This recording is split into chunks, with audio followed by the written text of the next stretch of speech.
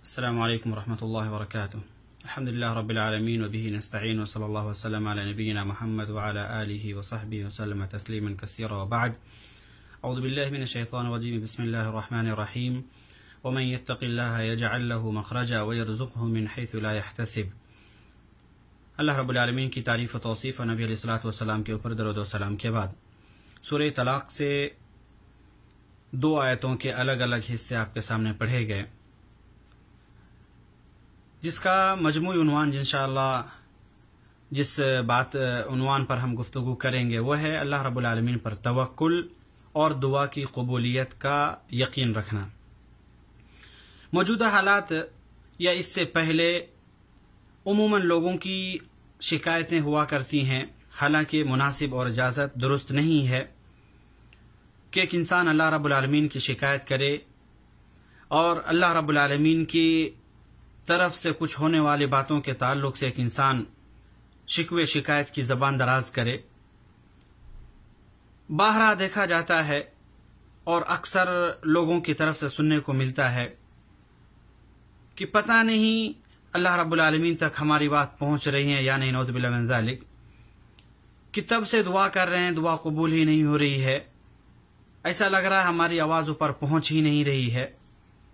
हालांकि अल्लाह रब्बुल आलमीन ने कुरान मजीद के अंदर बेशुमार ऐसे वाकयात हैं, ऐसी निशानियां हैं, ऐसी आयतें हैं जिनमें अगर एक इंसान गौर करे तो कभी भी अल्लाह रब्बुल आलमीन की जात से नाउम्मीद नहीं हो सकता है। किसी भी पोजीशन में हो, किसी भी मरहले में हो, अल्लाह रब्बुल आलमीन से नाउम्मीद नहीं हो सकता है।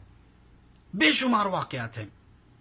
बस इशारतन हजरत इब्राहिम अलैहिस्सलातु वस्सलाम का वाकया देखें, कितनी सारी आजमाइशें उनकी जिंदगी में आई, कितने कठिन मराहिल आए और ऐसे ऐसे वाकयात उनके साथ पेश आए कि अल्लाह रब्बुल आलमीन की कुदरत और अल्लाह रब्बुल आलमीन की निशानियां उनके अंदर देखने को मिलती हैं। आग के अंदर डाला जाना या इसी तरह से घर वालों से अलग थलग कर दिया जाना, मक्का की आबादी या इसके अलावा बहुत सारे ऐसे वाकयात खुद उनकी जिंदगी के अंदर हैं कि अगर एक इंसान गौर करे तो यकीनन इस नतीजे पर पहुंचेगा कि अगर कोई शख्स हकीकी मानों में अल्लाह रब्बुल आलमीन पर भरोसा करता है, अल्लाह रब्बुल आलमीन पर एतमाद करता है, तवक्कुल करता है और उसकी तरफ से आने वाली रहमतों पर कामिल यकीन रखता है, तो अल्लाह रब्बुल आलमीन कभी भी उसको ज़ाय और बर्बाद नहीं करेगा। ये एक अहम पॉइंट है। आज हमारी जो तकलीफ होती है वो यही होती है कि हमारी जो मुश्किलात हैं उनके अंदर दिन ब दिन इजाफा होता जा रहा है या इसी तरह से हमारी मुश्किलात कम नहीं हो रही हैं। तो ऐसी सूरत में अल्लाह रब्बुल आलमीन के इन निशानियों से, इन वाक़यात से हमें नसीहत हासिल करनी चाहिए कि एक इंसान कभी भी आवाज लगाता है अल्लाह रब्बुल आलमीन के सामने, अल्लाह रब्बुल आलमीन के दरबार में, तो अल्लाह रब्बुल आलमीन नाकाम नहीं करता है। सूरह अबू दाऊद की रिवायत है, नबी अलैहिस्सलातु वस्सलाम ने बयान फरमाया कि अल्लाह रब्बुल आलमीन को हया आती है कि जब कोई बंदा अल्लाह रब्बुल आलमीन की तरफ हाथ उठाता है तो अल्लाह रब्बुल आलमीन को हया आती है कि अपने बंदे को खाली हाथ वापस भेज दे। इसके अलावा सूरह मोमिन के अंदर अल्लाह रब्बुल आलमीन ने मुसलमानों को, अपने बंदों को खास तौर से दावत दी कि उदऊनी अस्तजिब लकुम, बंदो मुझे पुकारो, मैं तुम्हारी पुकार कबूल करूंगा।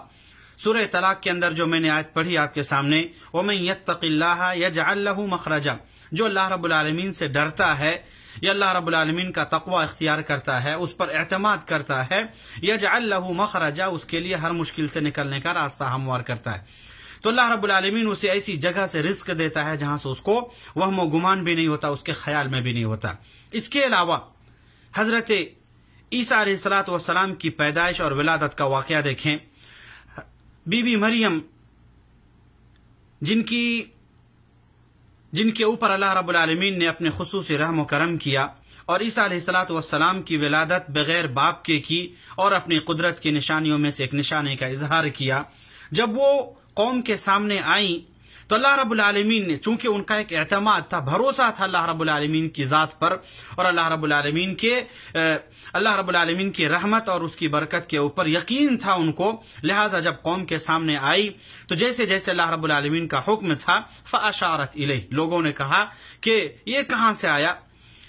जब उन्होंने कहा कि ए मरियम, ना तुम्हारा बाप किसी तरह का गलत आदमी था और ना तुम्हारी माँ कोई गलत काम करती थी, तो फिर ये हरकत तुम्हारी तरफ से कहाँ आई? फ़अशारत इलैहि, जैसे अल्लाह रब्बुल आलमीन ने उनको कहा था कि बच्चे की तरफ इशारा कर देना, बाकी मामला अल्लाह रब्बुल आलमीन संभाल लेगा।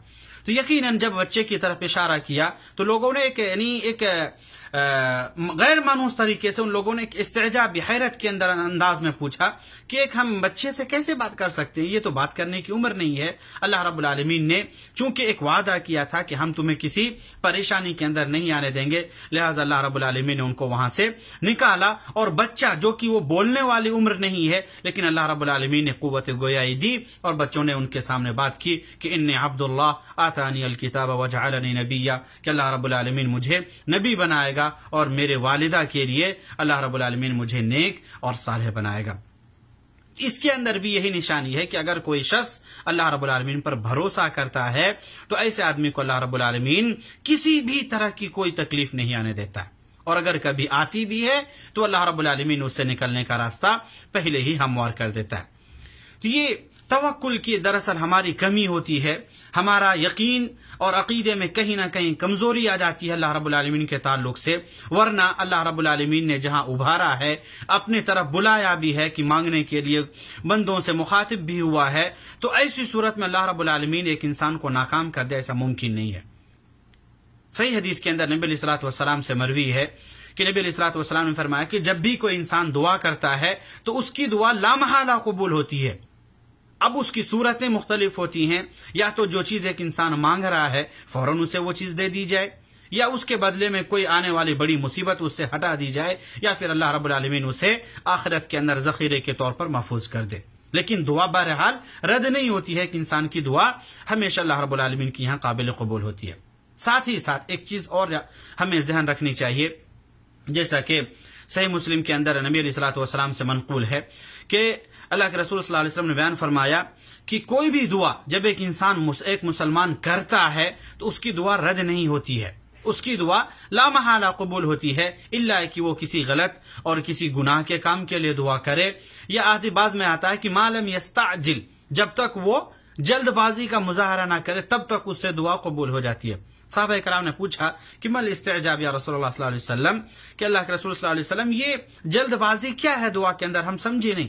नबी अलैहिस्सलातु वस्सलाम ने बयान फरमाया कि एक इंसान कहता है मैंने दुआ की और मेरी दुआ कबूल ही नहीं हो रही है, नतीजे के तौर पर वो हसरत और नाकामी का शिकार हो जाता है और अल्लाह रब्बुल आलमीन से दुआ करना छोड़ देता है। यही है इस्तेजाब। कहीं ना कहीं अगर देखा जाए तो हमारी मौजूदा सूरत हाल भी तकरीबन यही है। हम एक बार दुआ करते हैं और उसके बाद थक हार करके बैठ जाते हैं कि हमारी दुआ ही कबूल नहीं हो रही है। हो सकता है अल्लाह रब्बुल आलमीन उस दुआ की कबूलियत के लिए, या हम जो चीज मांग रहे हैं उस चीज के बदले में हमें अल्लाह रब्बुल आलमीन कोई बेहतरीन चीज पेश करने वाला हो, या उसके बदले में अल्लाह रब्बुल आलमीन कोई बेहतर चीज हमारी जिंदगी के अंदर मुतय्यन किया हो और उस चीज का वक्त अभी ना आया हो। बहुत सारी चीजें हैं। और एक चीज हमें यह भी याद रखनी चाहिए कि अल्लाह रब्बुल आलमीन ने मांगने के लिए कहा है और अल्लाह रब्बुल आलमीन ने दुआ करने के लिए भी कहा है, लेकिन साथ ही साथ हमें यह नहीं भूलना चाहिए कि हमें वही मिलेगा जो हमारे हिस्से में है।